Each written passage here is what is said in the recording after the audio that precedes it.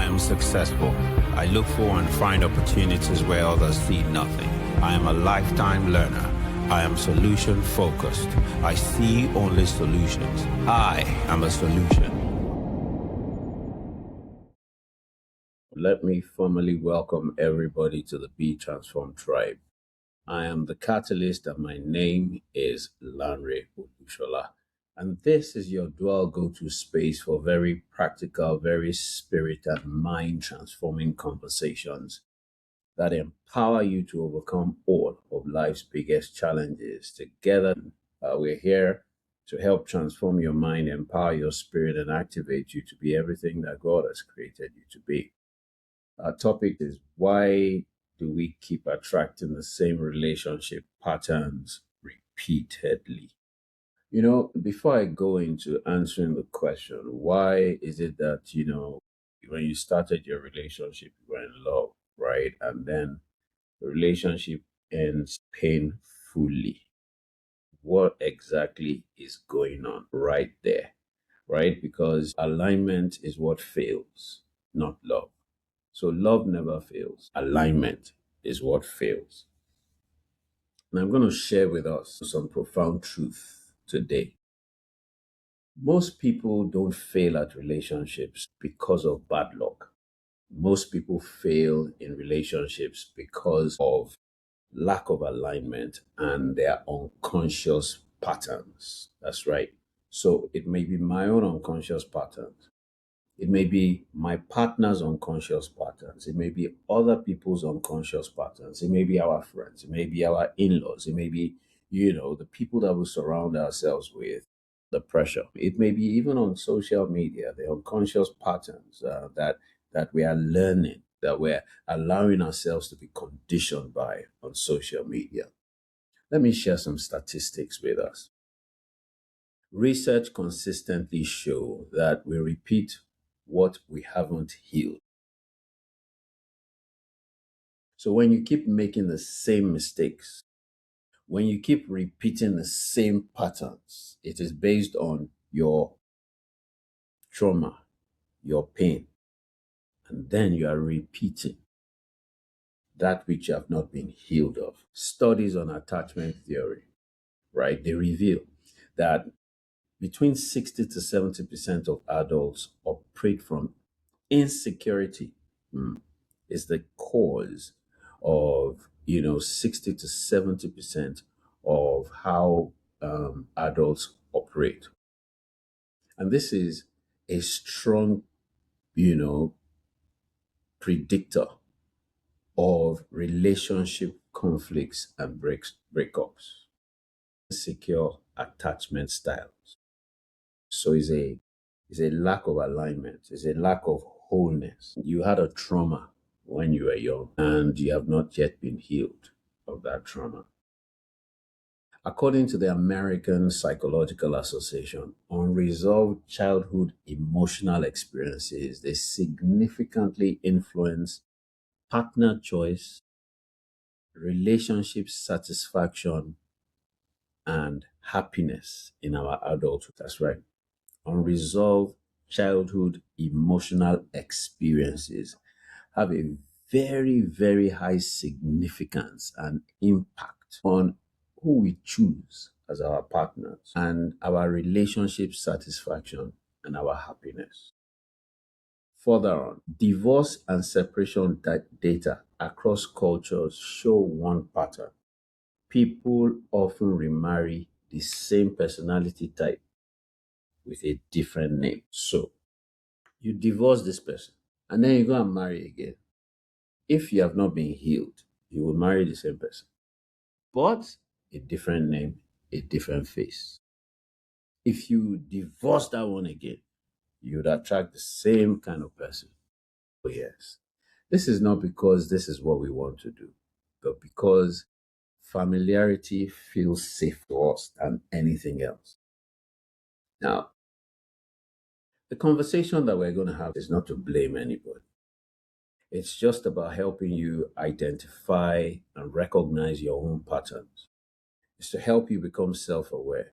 It's to help you attain emotional maturity and to begin your journey towards healing. Because when you understand why you attract what you attract, then you gain the power to choose differently. And when the pattern changes, the relationship dynamics and the outcomes of those relationships will change. And this is very, very important because if you fail in your relationships, if you choose the wrong person, right, you can sabotage your life or sabotage your destiny. And this is why the whole of February is dedicated to love, attachment, and relationships. That is why today we're talking about why you attract the same relationship patterns repeatedly. So let us jump into, why? Why?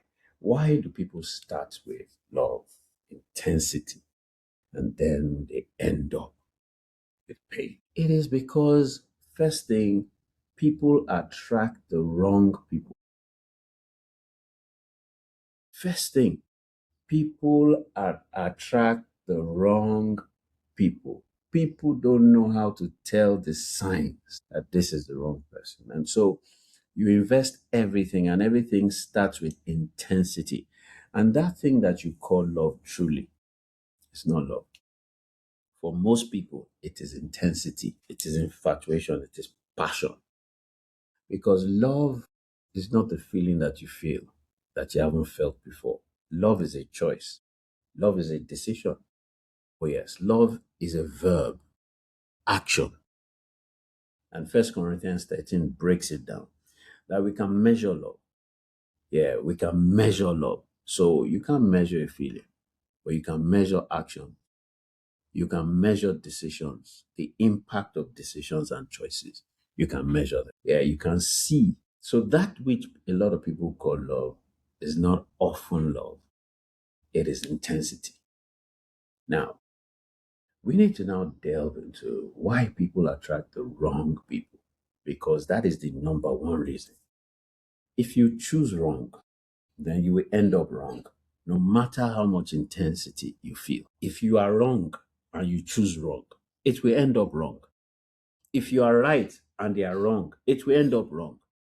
If you are wrong and they are right, it will end up wrong. So, regardless, and I'm going to speak to this whole concept of love.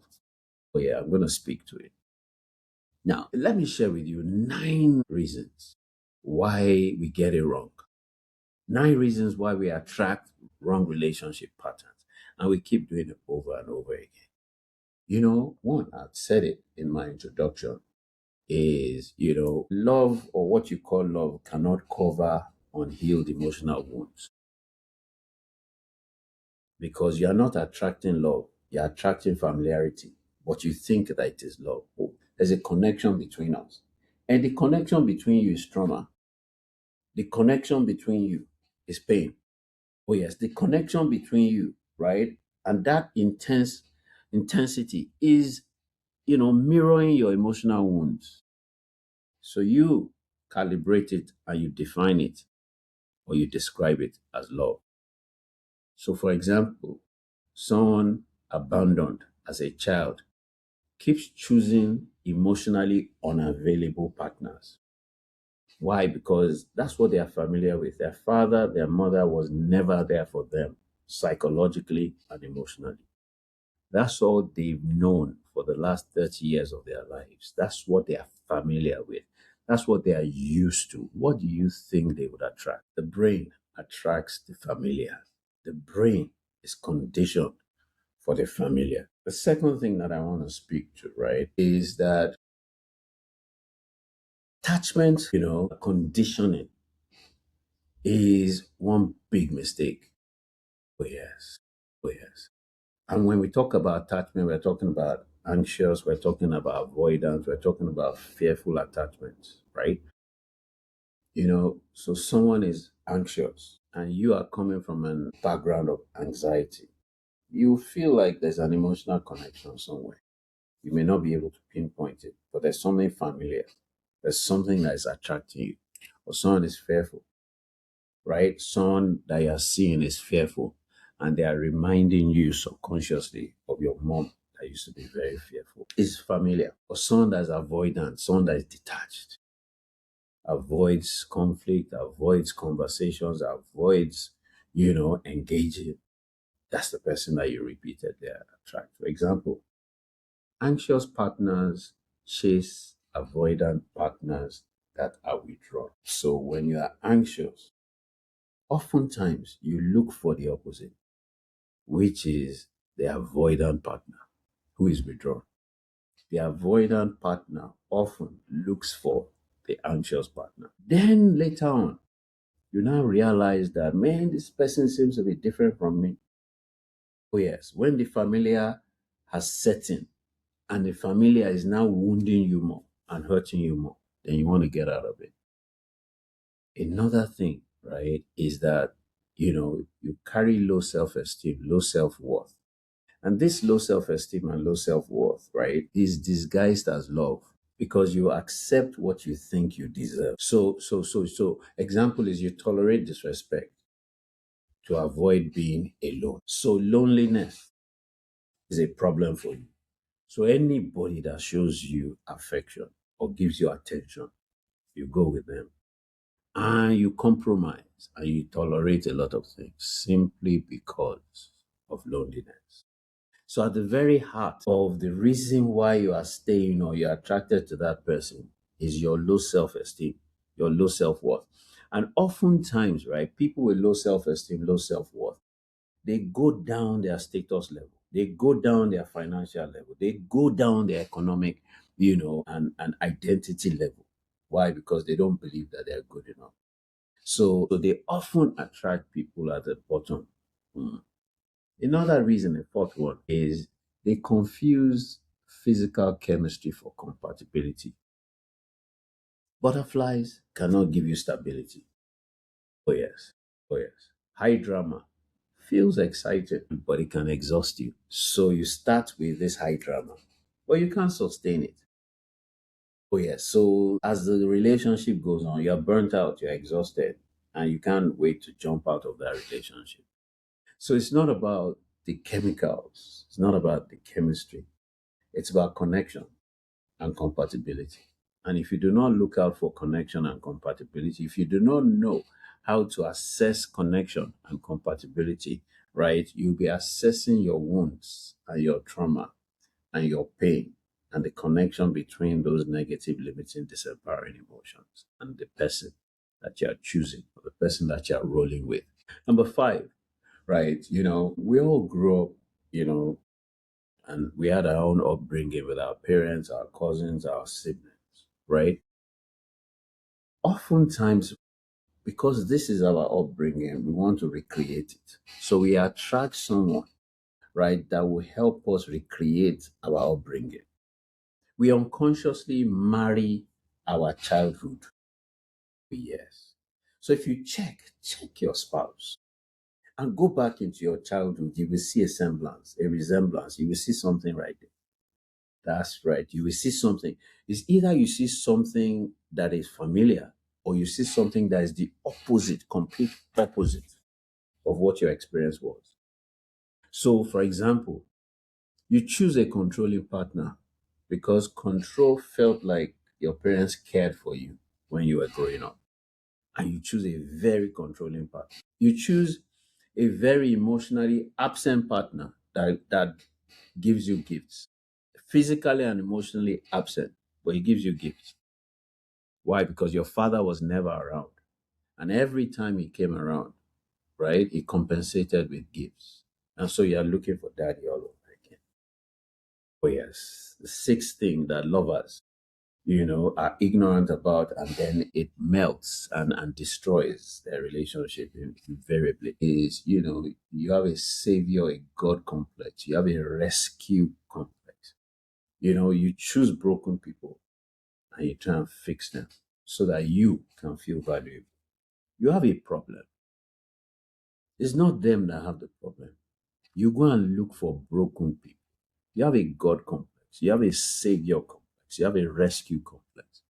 You're always looking for broken people. And broken glass cups. So it's a project. You're constantly dating projects, not people.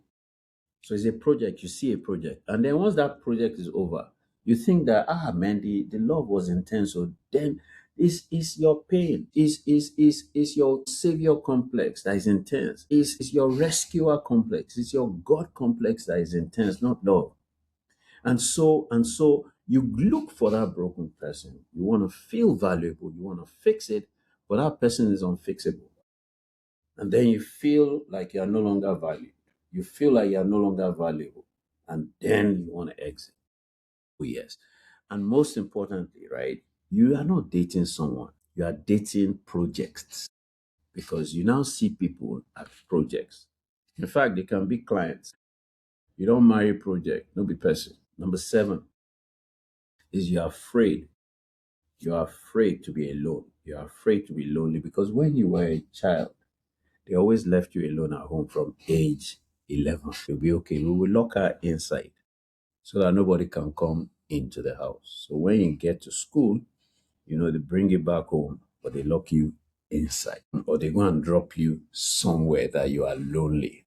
Maybe it's grandma, and grandma is old. So you are just there by yourself, playing, talking to an imaginary friend all your life. So the fear of loneliness when you stay too long in the wrong place. And then they don't come back home till night. So, because you are lonely, you have a fear of loneliness. Oh, yes. You have a fear of staying lonely. So, you ignore red flags because you feel like time is passing. And as time passes, it's an indication that you will stay lonely. So, because of your fear of loneliness, you now think there is love when somebody now comes and gives you attention and shows you some affection. Boom. You don't see anything anymore. You jump into it. Another one, the eighth one is your values are not clear. You have no boundaries. You haven't gotten a real definition of what love is. So you accept anything. Your values are unclear. Your boundaries are unclear. You have no definition true true love. So you accept anything. And then you get started. And then you start to, understand the concept and the importance of values. You now define your values and you realize, man, there's no alignment here between my values and this guy's values, or between my values and this woman's values, right? There are no boundaries, right? You've been together for 7, 10, 12 years, no boundaries. This guy can see anything, this woman can behave anyhow. And we truly don't even understand what love is. And so we have been accepting rubbish. And so you are ready to get out. So you are resentful. You're unhappy. And then the ninth one is identity issues. Oh, yes. You are looking for someone to complete what you have never, ever had. There's a way that you've seen yourself, right? There's a sense of identity. There's a way that you want to be. And so you've seen someone that resembles that, right? And you are looking for that person to use that person to complete you. So you're seeking validation, external validation. You're seeking, your identity with somebody else. And nobody is supposed to give you identity. You don't know who you are. You don't know what you are. You don't know who you are not. You don't know what you are not. And so you're looking for somebody to complete you, or somebody to validate your identity, or somebody to give you a sense of identity. And these are the people that find it difficult to leave their marriages, especially when they are being abused and they are almost being killed. And you on the outside, they are wondering, why can't she leave? Why can't he leave?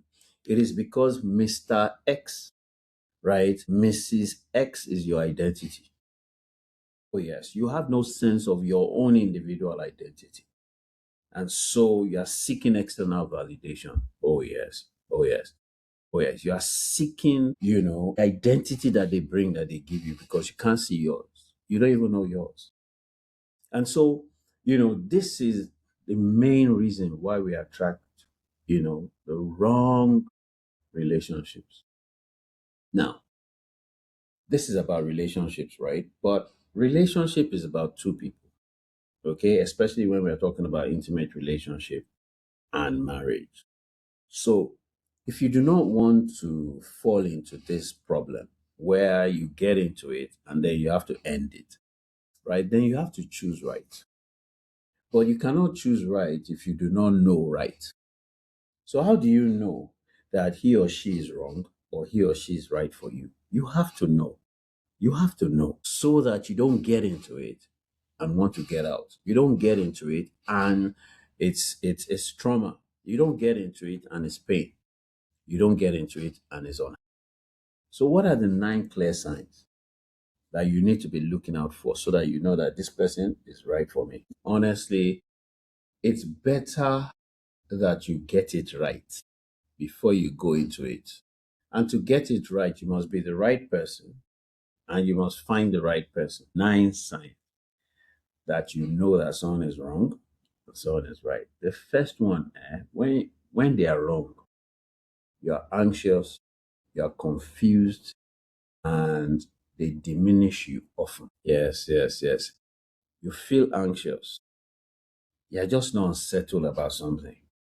There's no clarity, you're confused. And the relationship or the person diminishes you. And if they are right, they will elevate you. There will be clarity, there will be peace, and you'll be calm. The second way you know that the person is not right for you and they are right for you. So their values validate your values. If they are wrong, their values clash with your values. That is, their values violate your values. The third sign is that every time they misbehave, you keep justifying their behavior. Not them or you. You make an excuse for them every time they are wrong, every time they misbehave. You justify bad behavior. Yes, that's when they are wrong. You justify bad behavior. When they are right, right, you call out bad behavior. You call it out and they make adjustments. When you justify it, right, you are trying to accommodate, compromise. You call it out. You are able to speak up. Number four, you cannot fully be yourself when you are with them. You are pretending, but they are not right for you. You are fully pretending. You cannot fully be yourself. But when they are right, you can be yourself. Number five, when they are wrong, the communication is manipulative and then you feel unsafe. Psychological and emotional safety is absent. And there's a lot of manipulation with communication. If they are right, there's psychological and emotional safety, and the communication is direct. When the communication is honest and direct, right, and empathic, and you feel a sense of psychological and emotional safety, then they are right for you. The sixth reason is when growth and progress is one sided, that is, they've come to use you and they are not adding value to you. So you are the one that is adding value. You are the one that is giving, giving, giving, giving. And it's them that is growing and progressing. And you are regressing and you are depleting. It's one side. When it's one sided, they are wrong for you. But when both of you are adding value to each other, when both of you are growing, when both of you are, your growth level, your growth trajectory is equal, you are right for each other. Number seven, when you set boundaries and those boundaries are ignored and broken, they are wrong for you. Oh, yeah. When you set boundaries and those boundaries are ignored and broken by you, by them, consistently, they are wrong for you. When you set boundaries and those boundaries, are acknowledged and honored by both parties, you are right for each other. The eighth sign is when peace disappears after the high. You know that thing that they call love? After that high, peace is gone. No peace. The first set of highs, right? You guys, there's intensity. Then peace completely disappears and you're no longer at peace. It's a wrong relationship. But when the peace remains, when the peace is constant, you're just at peace with this person. That's the right person. The ninth sign is when you are hoping, you know, you know that they have bad habits, bad behaviors, and those bad habits and behaviors will get you into trouble.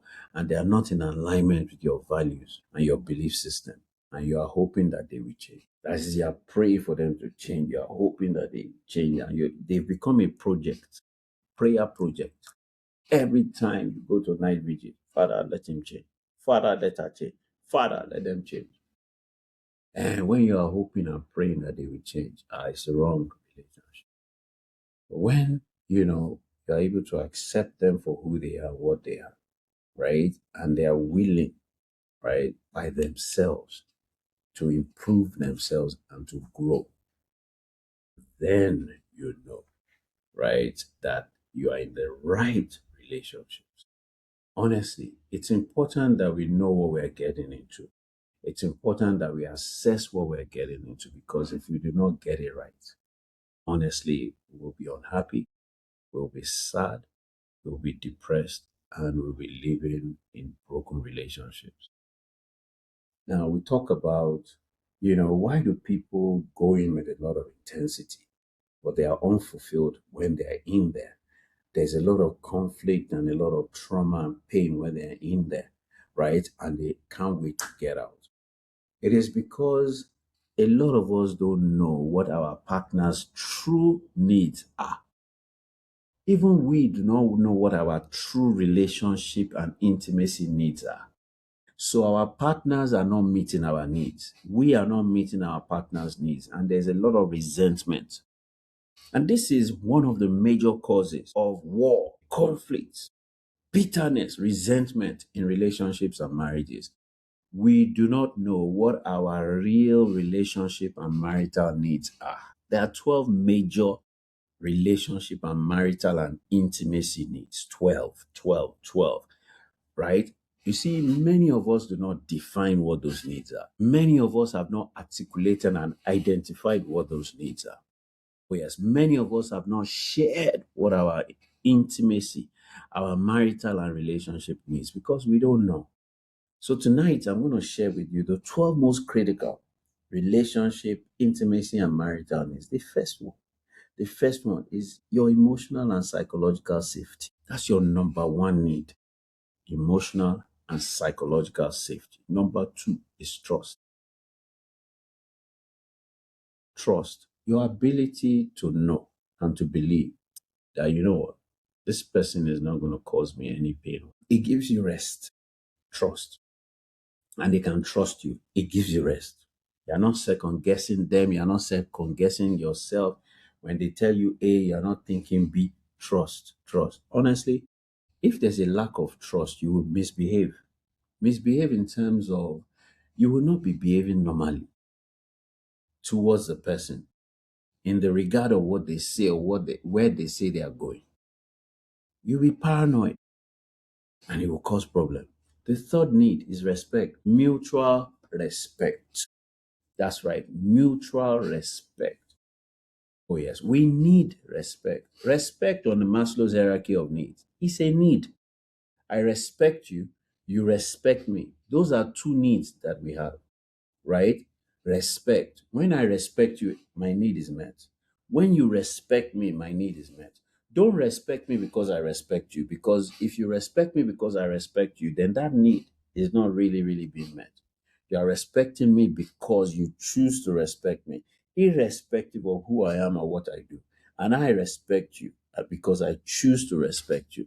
Yes, it's a major need. Respect from me to you and respect from you to me is a need. The fourth need is honest, empathic communication. Honest, empathic communication. Oh, yes, not manipulative communication. Honest, direct, and empathic communication. We just need to be able to have the right environment, right? People need to be able to create that environment for honest conversations, intimate, honest communication and conversation. Number five, oh, this one is so, so, so, so major. Shared values. Shared values are so important. Or if you do not share values, you will always be in conflict. You will always end up in resentment because values are one of the most important things to us unconsciously, and we protect our values. Oh, yeah, we defend our values. Look, let me share something with you. I then do a list of your top three people that you like the most, that are closest to you. and do a list of your top five values and identify five reasons why you like them. What five qualities do they have? Right? Identify three people that you are very, very close, the closest three people to you. Write their names. Do this exercise after this. List your five core values, right? List it somewhere. Then ask yourself, what qualities do these people have, hmm, that I like about them the most? And match it versus your values. You will see an alignment, perfect alignment. If it's not 5/5, it will be 4/5. If it's not 4/5, it will be at least 3/5. And you will find that they share common quality. Those top three people. Oh, yes. Oh, yes. Shared values is very, very important. Number six is affection and intimacy. We all have affection and intimacy needs. We all need to be hugged. We all need to be touched. We all need show of affection. Why? Because it releases oxytocin and serotonin, happy hormones inside of us. It helps us function well. It helps us douse stress hormones, adrenaline and cortisol. Very, very important. Physical touch, hug, kiss, intimacy. Very, very important. The seventh need is commitment. Commitment one another. Commitment to my promises to you. Commitment when I say I'm going to do something. You can take my word to the bank. Okay, you know what? This is your own role. Every month, this is my own role. Stay committed to it. Don't shack that responsibility. So, commitment and responsibility is a need. Honestly, that is why a lot of people, even though they don't see a lot of other things that are good in their relationships, but they are married to people that are dutiful and committed to their promises and their responsibility, you will see that they will stay. They may be living separate lives, but they will stay. Then the eighth is appreciation of one another. Appreciation through words of affirmation, through gifts, through quality time. Appreciation of one another. Appreciation of one another is a need. When you are not appreciated, honestly, you know, appreciation helps build your self worth, especially from a loved one, someone that you are married to, or someone that you're in a relationship with. It helps build your self worth, your self esteem, your self confidence, and your self belief. And these are the secret cocktails to success. Appreciation, appreciation. Yes, yes. But you see, I like to be appreciated in a different way than you like to be appreciated. And this is when we talk about love languages, right? My language of appreciation is based on how I've been appreciated or how I was not appreciated in the past. So if nobody ever did anything for me, nobody ever went out of their way to do anything for me, right? Then the tendency is that acts of service is what I'll always be looking for. And I'm trying to look for someone that will bridge a gap of something that was missing in my childhood. Or if your parents were absent, you never spent quality time with people that you truly loved and people that should have shown care for you. Quality time is what you be. Oh yes.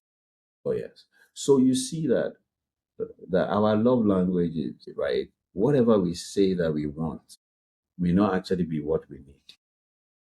So it's important for you to know, right, how you need to be appreciated, not how you want to be appreciated. Because how you want to be appreciated can be tied to a trauma and it may not actually be what you need. And this is where a lot of people don't feel appreciated. Why? Because they want gifts. Why? Because they are socialized. A lot of people, a lot of women, right, are socialized into wanting gifts. A lot of men too are socialized to wanting gifts. So it's my birthday, you must give me a gift. It's Valentine's Day, you must give me a gift. It's Christmas, you must give me a gift. It's New Year, you must give me a gift. It's Easter, you must give me a gift. We're socialized. Why? It's a marketing gimmick. People want to sell during Valentine, New Year, Christmas, Easter, the big the big product people want to sell. They've branded those days. Now another need, the ninth one is stability. Stability.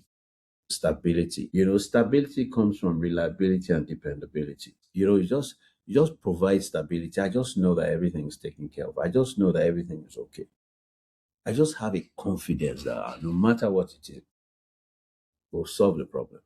Yeah. We'll deal with it. We handle it. Stability. Chaos is the opposite of stability. Oh yes. Chaos. Absence of chaos. The 10th need is support for your growth and your progress. We all need to be supported to progress and to grow. So the tenth one is support for your progress and your growth. You see, life is about progress and life is about growth. The day you stop progressing and the day you stop growing is the day you start to die. So subconsciously, we recognize that we have to consistently progress and grow. And we cannot progress and grow, right, at the pace at which we are meant to, right, if we do not get support. But it is not only external support that we need, we also need internal support. You need support from your spouse. The 11th area, right? You see, the natural result when two or three people come together is conflict. So, healthy conflict resolution is a major, major need. The ability to identify a problem and we resolve it in a respectful, healthy way. Healthy conflict resolution. There are some people that, when there's a problem, both of them cannot solve it by themselves. They cannot even talk to themselves. There has to be a third party or a fourth party or a fifth party. So healthy conflict resolution is a major relationship need. And the 12th one is alignment of purpose, alignment of vision, alignment of mission. There can't be two captains. One wants to go north and the other wants to go south. They're going to split the boat into two. And a marriage is an institution. So both of you must be aligned with purpose, with vision, and mission. Those are 12 critical needs. So which of them do you feel is not being met enough? Which of those 12 do you feel is not being met enough? Which of those 12 do you feel that, is unmet in your relationship? Because without all these being met, right, love will lead to frustration. Now, let me get you to understand that one person can never meet all your needs. Hello, hello. The roots of this world that they are looking for their husband to be their all in all, or husband that wants the wife to be your all in all. Let me tell you today, no one person can meet your needs, and you should not expect that one person will ever meet your needs. It's an unrealistic expectation. And this unrealistic expectation creates pressure and invariably disappointment and resentment. We need different people for different needs in our lives. So you need a partner for all of those 12 things: intimacy, companionship, inclusive, shared life. You need your friends for laughter to give you the right perspective that this is how I behaved yesterday. They say, Heidi, you shouldn't have done that. Kemi, you shouldn't have done that. Or where you shouldn't have done that. You shouldn't have behaved that way. You need friends for perspective. And then you need friendships for emotional release. You just go and vent. And once you have vented, you are good to go back home. So you need friends. Then you need mentors and coaches for guidance, right? For wisdom, to be able to help you see your blind spots and lead you from where you are to where God has designed and where you deserve to be. You need family to connect to your roots, to feel like you belong. You need community, right? Because community supports you with your purpose, they support you with your destiny, they support you with meaning. So you need healthy relationships. You need to create a healthy ecosystem because one person can never, ever meet all your needs. And it's important, as I round up, that you prepare yourself, right? You prepare yourself. You be right for that relationship. And let me quickly wrap up with 9 things to use to prepare yourself. You must heal from your past traumas. You must know your values and you must state your values clearly. You must not compromise. You must define your non-negotiables. Very, very important that this is a deal breaker. Number 4, you must build emotional intelligence and regulation. Number 5, you must learn the healthy way of communicating. Number 6, you must develop self-respect. You must respect yourself. You must honor yourself. You must develop self-worth, self-esteem, self-confidence, and self-belief. You must set boundaries for yourself and you must honor your own boundaries. That's right. You must cultivate purpose outside of romance and you must become financially and emotionally responsible and intelligent. On that note, we'll call it a day. Just follow, just subscribe, and share this message with everybody you know. Thank you very much. I am successful. I look for and find opportunities where others see nothing. I am a lifetime learner. I am solution focused. I see only solutions. I am a solution.